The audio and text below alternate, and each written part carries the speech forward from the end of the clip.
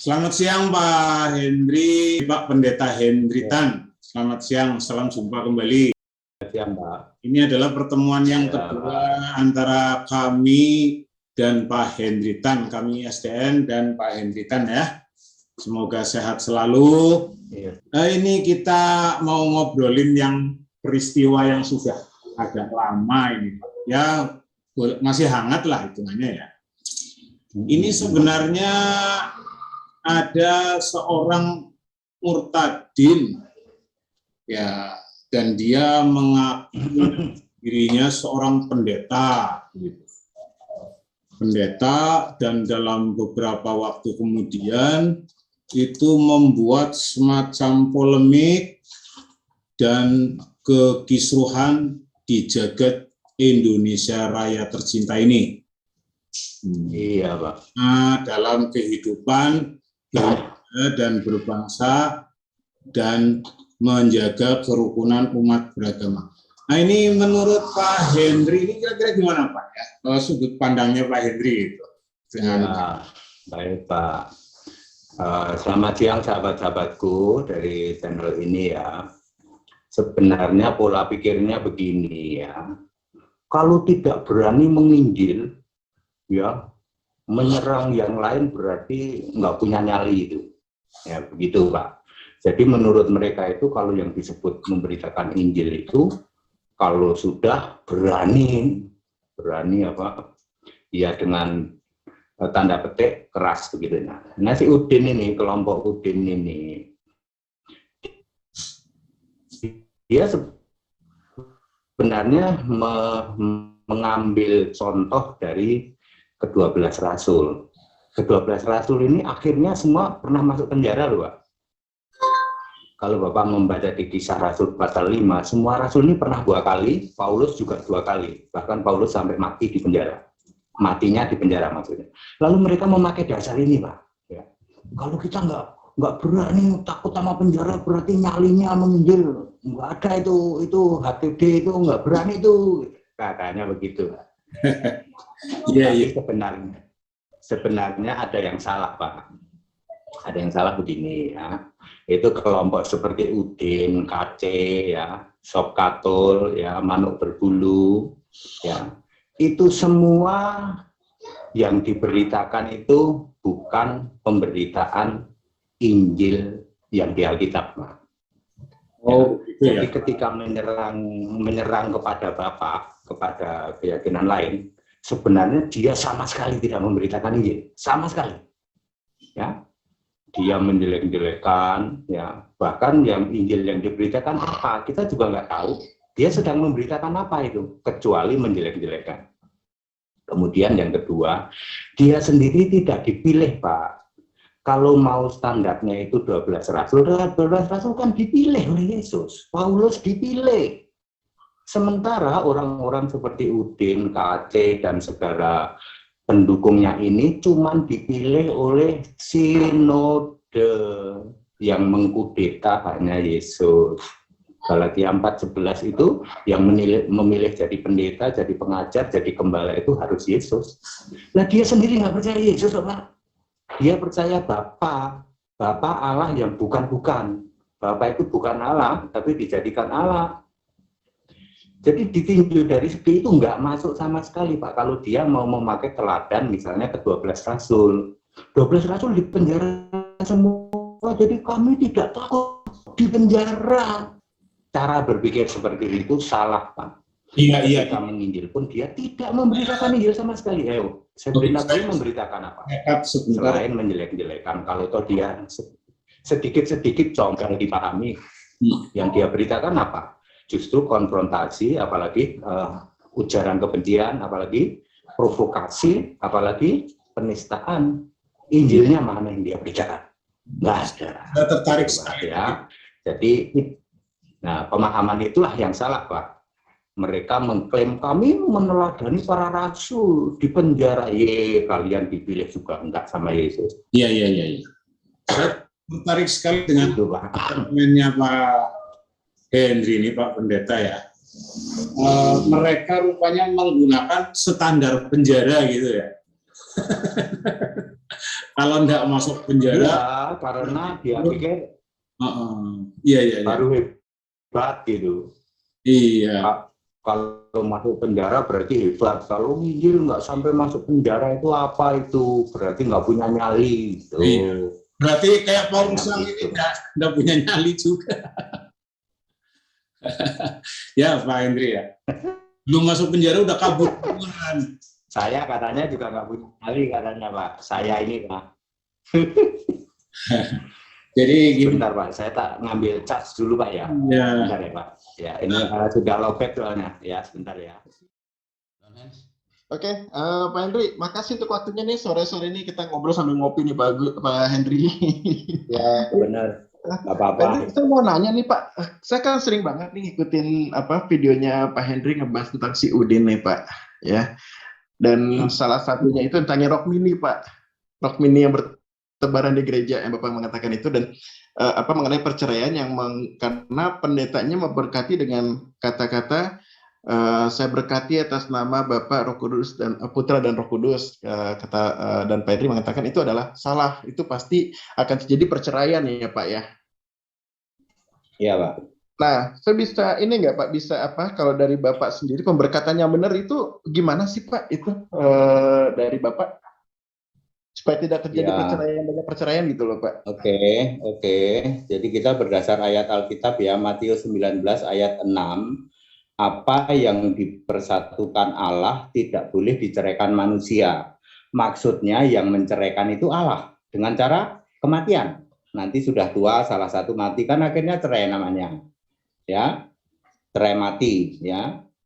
Jadi harus dipersatukan Allah, maka tidak boleh diceraikan manusia. Gereja-gereja di sana, gerejanya sinodenya Udin and the Gang ini memberkati pernikahan dalam nama Bapa, Anak, Roh Kudus. Bapa, Anak, Roh Kudus itu bukan Allah, Pak. Itu Allah-Allahan, itu Allah yang bukan-bukan. Ya. Jadi boleh mereka cerai. Giliran ada masalah saja, namanya rumah tangga kan ada. Pak Pendeta, dulu kan Bapak yang memberkati saya, sekarang saya udah nggak tahan nih mau cerai. Ya sudah, kalau nggak tahan bagaimana? Ya sudah, sana ke pengadilan cerai. Lalu terjadilah produksi para janda. Beda dengan kalau pemberkatan dalam nama Yesus, Pak. Karena Allahnya orang Kristen itu Yesus Kristus, bukan Bapa, Anak, Roh Kudus, bukan, Pak. Kalau Allahnya itu Yesus Kristus, maka perkawinan itu diberkati oleh Allah. Tidak boleh diceraikan manusia. Kalau dia berpikiran mau cerai, gimana, Pak? Allah pasti menepati firman-Nya. Jadi ini ngomong gampangnya, bahasa yang mudah dimengerti. Kalau kalian pengen cerai, kalian nanti dimatiin sama Allah. Nah gitu loh Pak. Jadi ketika saya pemberkatan pernikahan, saya ngomong gitu. Ini bahasa yang mudah kalian mengerti ya. Kalian dipersatukan Allah, dipersatukan Yesus Kristus. Tok, nggak pakai Bapa, nggak pakai Anak. Kalau kalian punya pikiran cerai, maka Allah melakukan ketetapan firman-Nya. Salah satu kalian yang pengen cerai, dimatiin Allah. Nah tak gituin Pak, gitu loh. Oke. Pak. Jadi ya saya memberkati 79 orang. Saya ngomong begitu dan tidak ada yang itu ya. Sampai sekarang ya terus. Itu Pak. Itu namanya dipersatukan Allah. Oke. Menarik. Ya, begitu jawabannya Pak. Menarik sekali ya Pak ya. Oke, kita bicara masalah Udin nih. Ini kok bisa ke blow up begini ya Pak ya? Kalau menurut Bapak, apakah memang sebenarnya sudah lama mereka ada berselisihan tapi baru terangkat sekarang atau gimana Pak? Ya, ini yang saya tahu Pak ya. Udin itu kan mantan Muktadin. Ya, sekali lagi disclaimer saya, kalau ada nama yang kebetulan sama dengan Udin itu hanya sama saja ya. Hanya anggap saja ada tokoh imajiner namanya Udin. Udin ini dari murtad lah ya, dari agama di luar, terus masuk ke katanya masuk ke Kristen. Maka Udin ini di-hire atau diambil, ditangkap oleh yang namanya Jos. Udah Jos saja saya sebut ya. Jos ya. Masuklah di gerejanya Jos. Nah, sementara Udin ini kan belum tahu apa-apa, belum pernah belajar Alkitab, lalu dikasih panggung di tempatnya Jos dan di tempat mentornya yang badannya tambun itu, badannya gede itu. Di sana dikasih mimbar, ya orang pada pada tepuk tangan semua. Apa yang diomongin? Ya diomongin imannya yang lama. Imannya yang lama, bang, dia belum belajar apa-apa, baru anak kemarin sore dikasih panggung. UD-nya sendiri juga terheran-heran, kok semua pendeta pada diem ya, pada ngasih tepuk tangan saya, begitu. Lalu dia disuruh ke daerah-daerah. Maka yang kasus pertama dia ketangkepnya justru di daerah, betul kan? Di Sulawesi sana, ya. Pada waktu dia sedang koar-koar di sana, nah ini masuk area yang namanya hukum, ya begitu. Terus Udin ini kan duda, Pak, ya. Udin ini duda. Sementara George sudah punya istri, ya. Lalu salah satu jemaatnya itu ya, salah satu jemaatnya George disodorin lah, sebut saja seorang wanita namanya Ayu, udah gitu aja. Ayu itu saya disclaimer ya, ini adalah nama asal sembarang saja. Kalau ada orang perempuan yang namanya Ayu, ya itu kebetulan saja. Disodorinlah oleh George ini Ayu, gitu. Ya Den, ini ada Ayu nih, kebetulan nggak usah kita cari tahu entah itu janda, entah perawan tua ya. Pokoknya ini disodorin Ayu gitu ya. Disodorin Ayu. Terus ya begitulah ribut-ributnya, ujung-ujungnya Ayu siapa yang mesti harus tanggung jawab. Orang jadi lucu kan, siapa yang mesti tanggung jawab? Ya mestinya Udin. Bukan aku, ini disodorin ke aku, itu kan bukan aku doang. Gitu Pak, awal mulanya Pak. Ya jadilah akhirnya karena Jos ini sudah punya istri, lalu yang terpaksa tanggung jawab Udin. Gitu Pak. Jadi ketika Udin masuk, belum lahir nih anaknya nih, ya. Lahir kira-kira beberapa lama setelah masuk, ya barulah lahir itu anaknya. Nah si Jos rajin ngunjungin Udin di penjara, padahal yang dikunjungin si Ayu. Ya, sebab itu saya pernah di salah satu cuplikannya itu waktu si Udin bertemu dengan anak-anaknya, dibawa anak bayi wanita, itu kayak Chinese gitu ya Pak ya. Ya, jadi Udin ini kan maaf nih ya, Udin ini kulitnya gelap, sementara Jos itu kulitnya terang, Ayu kulitnya terang. Begitu lihat anak kita langsung tahu ini nggak mungkin anaknya Udin. Iya betul Pak, betul. Itu loh, karena Pak. pasti banyak dominan. Awal mulanya dari situ Pak. Awal mulanya dari situ. Ketika Udin ini sudah keluar ya, terus ketemu lagi dong sama Jos dong. Nah di situ berkembang Pak, sampai ngomongin tentang mana kunci mana, kunci apartemen mana itu si dia itu. Yang akhirnya ngomongin janda Pak, yang sampai heboh sampai sekarang. Udin bilang, aku punya kunci rumah, punya nomor HP, itu kan sama dengan ngasih tahu, aku juga jadi pelanggannya, kan sama aja begitu Pak. Ya, itu. Jadi sekarang merembet ke soal begini ini Pak, sebenarnya urusan janda ini sudah digrebek Pak sama istrinya, sudah beres sebenarnya. Ya, sama istrinya Jos sudah digrebek bulan Februari kemarin, ya sama anaknya juga. Jadi istrinya Jos sama anaknya ngegerebek papinya gara-gara seharian matiin HP, lalu istrinya nanya dong sama digerebek gitu. Rupanya digerebek ini adalah yang ke-6 kalinya, Pak. Parah ya, Pak. Parah ya. Tapi si Ayu ini sudah menikah dengan si Udin saat Februari kemarin. Terpaksa, Pak. Akhirnya terpaksa menikah karena sudah dapat DP, Pak. Oke. Jadi maksudnya DP ya sudah diuji coba, nggak tahu uji cobanya siapa, entah oleh Jos, entah oleh Udin. Sudah dalam tes drive lah Pak. Ya. Nah Pak, ini balik lagi nih Pak, yang mengenai uang 200 juta nih Pak, yang dibawa sama katanya anak si Jos itu, apakah Bapak tahu juga Pak kebenarannya Pak? Oke, ya jadi ini saya menjawab ya.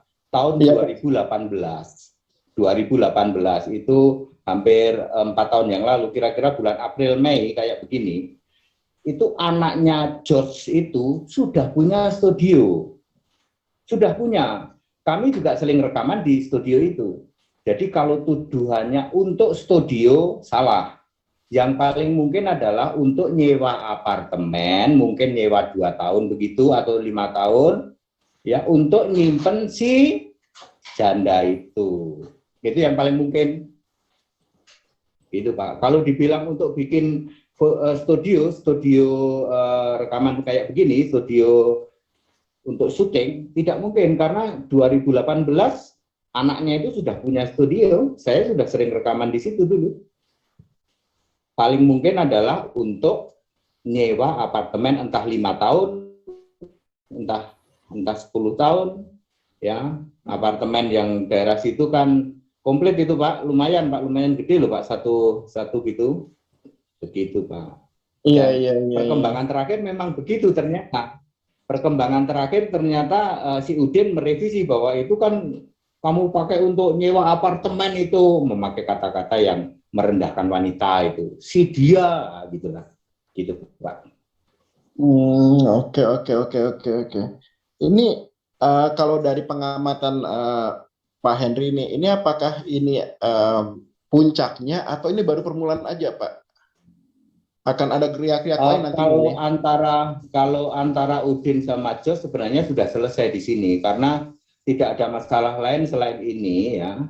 Tinggal di belakang layar kalau benar si Jos mengaku saja bahwa ini benar tapi tidak untuk studio tapi untuk nyewain perempuan itu di apartemen dan bukan hanya saya termasuk si Udin juga. Udin megang kuncinya.